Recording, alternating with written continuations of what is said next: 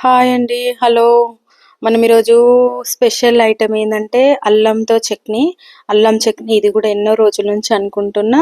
ఇంకా మనకు రెగ్యులర్‌గా వీడియోస్ వస్తూనే ఉన్నాయి గదా!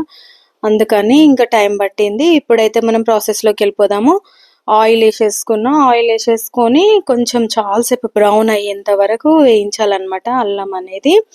బాగా వేయించిన తర్వాత ఇగో చూడండి మనము ఏ టైప్ ఇగో చూడండి మొత్తం కలర్ చేంజ్ అయింది చూడండి.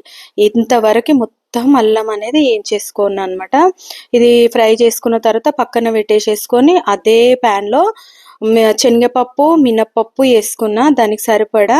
తర్వాత ఎండుమిర్చి మనం కారం తినే దాన్ని బట్టి మరి ఎంత తింటే అంత కారం యేసేసుకోండి. ఎండుమిర్చి ఇంకా అవి పప్పులు తీసేసి ఎండుమిర్చి యేసేసుకున్నా అందులోనే. యేసేసుకున్న తర్వాత అదే ప్యాన్‌లో జీలకర్ర ఆవాలేసి ఒక్కో 2, 3 ఎండుమిర్చి యేసేసుకొని అందులోనే కరివేపాకేసేసుకున్నా.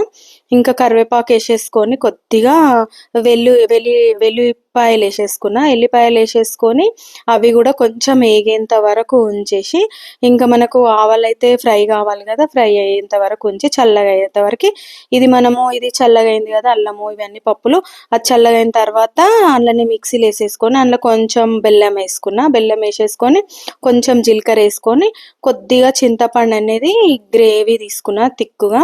కొద్దిగానే పులుపు దానికి తగ్గట్టు తీసుకొని ఇంకా పేస్ట్ చేసేసినా అనమాట. అందులోనే పేస్ట్ చేసిన తర్వాత మళ్ళీ కొంచెం కల్లుప్పు, దొడ్డుప్పేసేసుకున్నా.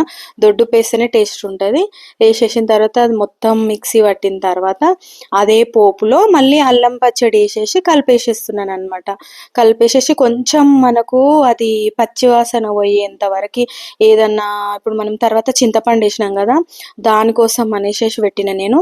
ఇవన్నీ ఏగినాయి గానీ చింతపండు కొంచెం ఏగలేదు గదా! దానికోసం అనేసేసి సేమ్ ఇదే ప్రాసెస్‌లో చూడండి, చేయండి. అల్లం పచ్చడి చాలా చాలా బా వచ్చింది.